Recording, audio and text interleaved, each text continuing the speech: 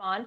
That was on Thursday morning, and then a few hours later, Merrick Garland gave a 3-minute press brief where he didn't even bother to disclose to the American public that President Trump was trying to be helpful in the situation. Well, what specifically was President Trump suggesting? I mean, everyone wants to bring the temperature down. I think that's a noble, desire, of course. But what specifically does he propose that he can do at this point? Sure. Well, I think he was looking at it saying the American people don't trust the FBI or DOJ. They lied about Russia. They lied about Crossfire Hurricane. They lied to Congress. Comey lied to Congress. McCabe lied to everybody. They lied to the FISA court. The American people rightfully don't trust the FBI right now and don't trust the Department of Justice, but they do trust President Trump. First of all, quote, the American people is doing a lot of heavy lifting in the statement. Americans who look like me haven't trusted the FBI since J. Edgar Hoover. Second, America ignored this minority report for decades and only started to distrust the FBI when they thought the Bureau was, or could, negatively impact their lives. Third, who are these Americans that trust Trump? And more importantly, for this video, is Laura Ingraham not one of them? On a recent episode of her podcast, she said, "The country, I think, is so exhausted. They're exhausted by the battle, the constant battle, that they may believe that, well, maybe it's time to turn the page if we can get someone who has all Trump's policies, who's not Trump."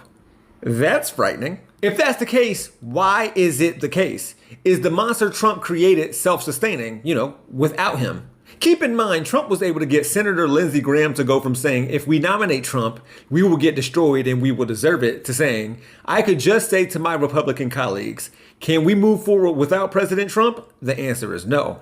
45 had Senator Cruz claim this man is a pathological liar. He doesn't know the difference between truth and lies. He lies practically every word that comes out of his mouth. And he had a pattern that I think is straight out of a psychology textbook. Then, well, for the sake of Fox, 45 could rile up their audience and bring ratings. Maybe pundits and politicians don't need Trump to push the culture war or for conspiracy theories. He's alive in those who can tap into his base. Before I continue, I'm aware of the fact that the Frankenstein monster analogy has been used and is usually made about Trump being built by, quote, almost inevitable result of a decades-long assault by the conservative movement aimed at ending American democracy, especially multiracial democracy, and replacing it with a pseudo-democratic authoritarian state. But to me, Trump is Dr. Frankenstein, and what he created is trying to kill him.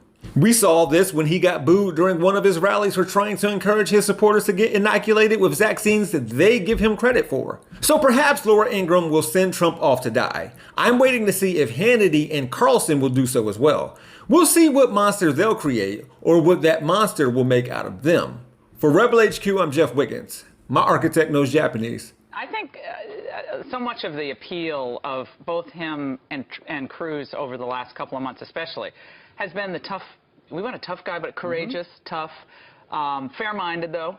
And so you're going to go up against Putin and China and Iran, and I think it'll be fine. For more from the Young Turks, stay right here. To see additional content from yours truly, click on the Jeff Wiggins hashtag. You can also find me on my YouTube channel, We Gonna Be Alright.